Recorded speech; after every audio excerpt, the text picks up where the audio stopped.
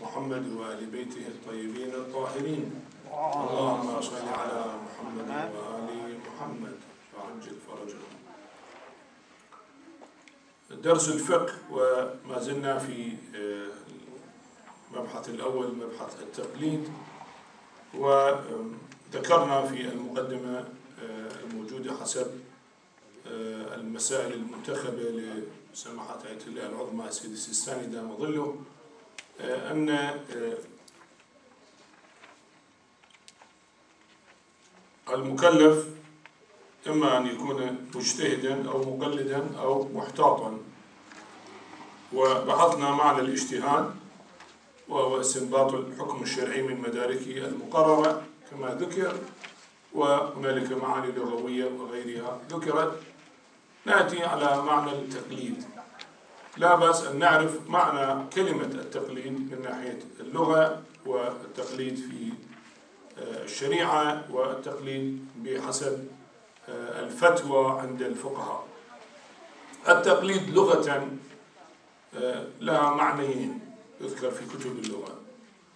إما بمعنى المشابهة، يقول فلان قلد فلانا يعني شابهه في فعله. المشابهة في الفعل تسمى تقليد. هذا الفعل قد يكون مشابهة بالصوت، كالببغاء تشابه الإنسان في صوتها، وكالفعل أحيانا بعض الحيوانات يشابه الإنسان في فعله. هذا يسمى قلده، كلمة التقليد. هذا المعنى كيف ينطبق علينا في تقليد المرجع؟ يقول إذا كان عمل الإنسان، عمل المكلف، مطابق لعمل الفقيه، فمعنى ذلك أنه قلده، هو يتبع ما يفعله. كيف يصلي الفقيه هو يصلي، كيف يصوم هو يصوم، كيف يتوضأ هو يتوضأ.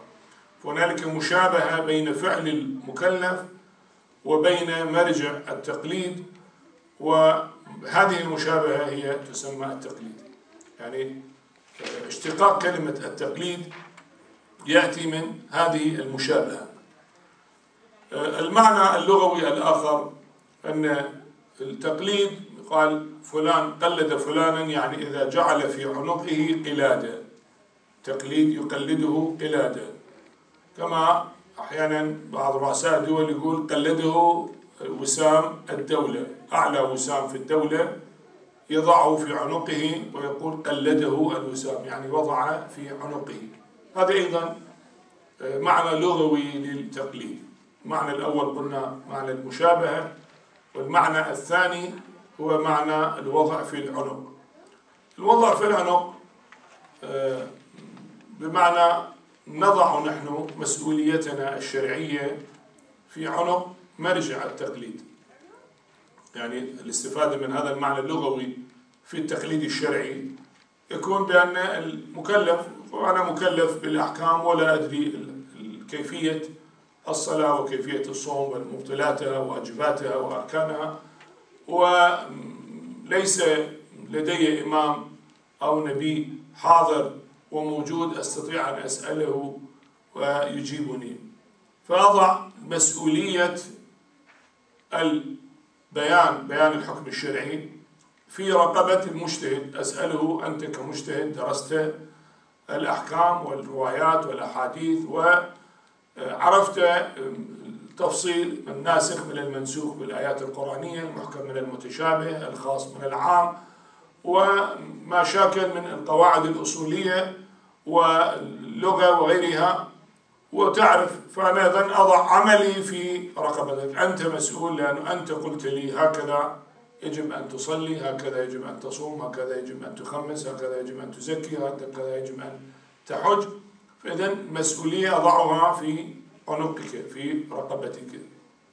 هذا المعنى اللغوي للتقليد.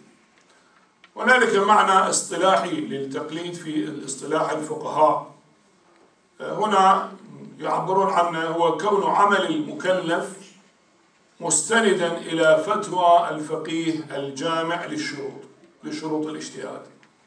عمل المكلف، أنا مكلف، إذا كان عملي يستند إلى فتوى الفقيه الجامع لشروط الاجتهاد، والمؤهل للتقليد، وإذا التزمت بهذا العمل بما توصل إليه ذلك المجتهد حسب أدلته أكون قد قلدته. هذا معنى الاصطلاح الفقهي، أن المكلف يلتزم بعمله استنادا إلى فتوى المجتهد الجامع لشروط الاجتهاد، وكل ما يقول المجتهد هو يعمل به. هنا بعضهم يضيف يقول يعمل به من دون حاجة إلى بيان دليل. لماذا؟ لأن لو المجتهد سألته عن الدليل وأخبرني عن الأدلة وناقشته بالأدلة، في الواقع إذا أنا فهمت الدليل واقتنعت بالدليل أكون عملت بالدليل كأنه عملت باجتهاد نفسي وليس باجتهاد المجتهد. فهنا مناقشة أو اتباع المجتهد بأعمالي بدون السؤال عن دليل، لأن الأدلة هو المجتهد قد بحثها ودرسها وتعلمها وناقشها واقتنع بالنتيجة برأي معين وتحدث عن رأيه. فإذا التقليد بدون الحاجة إلى دليل. بعضهم يعبر عن قبول قول الغير يعني المجتهد مو كل واحد، والاعتماد على ما توصل إليه في رأيه العلمي من غير سؤال عن الأدلة والبراهين التي اعتمد عليها. فقبول قول الغير المجتهد بدون السؤال عن أدلته العلمية وهذا معنى التقليد بالاصطلاح الفقهي. هنالك تعريف أخرى يقول التقليد هو عمل العامي. العامي هو الذي غير متخصص، قلنا العامي في الفقه الغير متخصص في الفقه، كما أن الطبيب عامي في الهندسة والمهندس عامي في الطب لأنه غير متخصص في هذا، وممكن مثقف لعلم معين ولكن في العلم الثاني هو يعبر عنه عامي. بعض الناس يتحسس من كلمة العامي، يتصور العوام يعني الجهل اللي يفهم شيء. لا، التعبير ليس هكذا. معنى العامي يعني غير المتخصص في أي علم من العلوم. ممكن إنسان يكون طبيب أخصائي مثقف ولكنه عامي في الهندسة، عامي في التاريخ أو جغرافيا، لم يقرأ، ما لا يعرف شيء، مو متخصص في ذاك الموضوع. بس بعضهم يتحسس من كلمة العامي فتترجم أحيانا عمل غير المتخصص حسب في الأحكام الشرعية بفتوى العالم بها المتخصص بها، استنادا إلى استنباط العالم نفسه من الأدلة الشرعية وليس استنادا إلى الأدلة نفسها. إذا استندت إلى الأدلة معناته أن أتبع اجتهادي، أنا عرفت الأدلة وناقشت الأدلة وفهمت الأدلة وأبديت رأيي فيها، فهو إذن استنادا إلى رأي المجتهد بدون المطالبة أو المراجعة إلى دليله. تدرون هذا التعريف مهم. كثير من الناس حينما يقول له أن الفتوى كذا يقول لماذا؟ ما هو الدليل على ذلك؟ أي آية في القرآن تذكر ذلك؟ أي حديث يذكر ذلك؟ وأنت إذا أردت أن تعرف الدليل ما صرت بعد مقلد، صرت مجتهد، لا بأس، اذهب إلى الحوزة وادرس 20 سنة 30 سنة وأصبح متخصص، صير أحد المجتهدين، ثم أنت افتي بعد. ويمكن إذا راح تفتي بنفس ما يفتي المرجع الآن الذي تشكل عليه.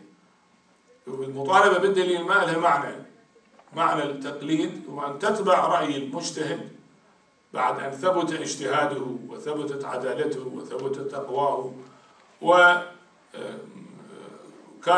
أعلم شروط المرجع التقليدي تأتي في المسائل الآتية بعد أن ثبت كل هذا الصفات له وثبتت كل هذه الصفات له.